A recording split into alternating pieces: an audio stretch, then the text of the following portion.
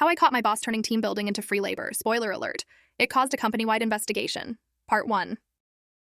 I'd been looking forward to our family vacation for months. After years of saving and planning, we finally had the chance to escape to the mountains. A quiet retreat where my wife, kids, and I could disconnect from the world and reconnect with each other. But as it turned out, the universe had other plans, or more accurately, my boss did. The email arrived 3 days before our trip. Mandatory team building retreat, attendance required. My heart sank as I read it. It wasn't just the short notice or the vague corporate jargon that irritated me. It was the location.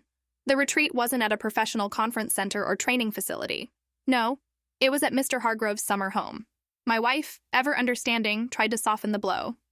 "We'll reschedule," she said, though the disappointment was clear in her voice. The kids didn't hide their feelings as well.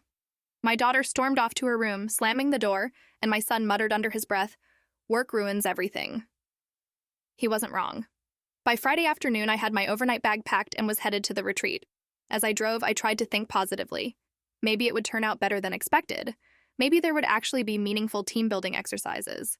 Maybe Hargrove had something constructive planned. Spoiler alert, he didn't. When I arrived, I immediately knew something was off. The sprawling estate was stunning, perched on the edge of a glittering lake, but there were no signs of a workshop or team-building event.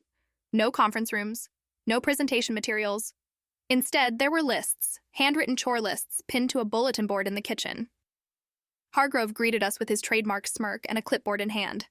"Welcome, team. I hope you're ready to roll up your sleeves.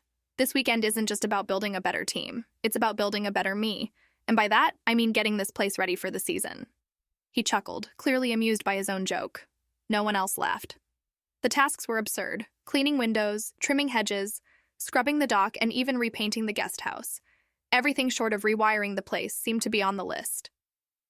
I told myself to grin and bear it, but by Saturday afternoon, my patience had worn thin. That evening, Hargrove announced that our next team-building exercise would involve waxing his boat. Something inside me snapped.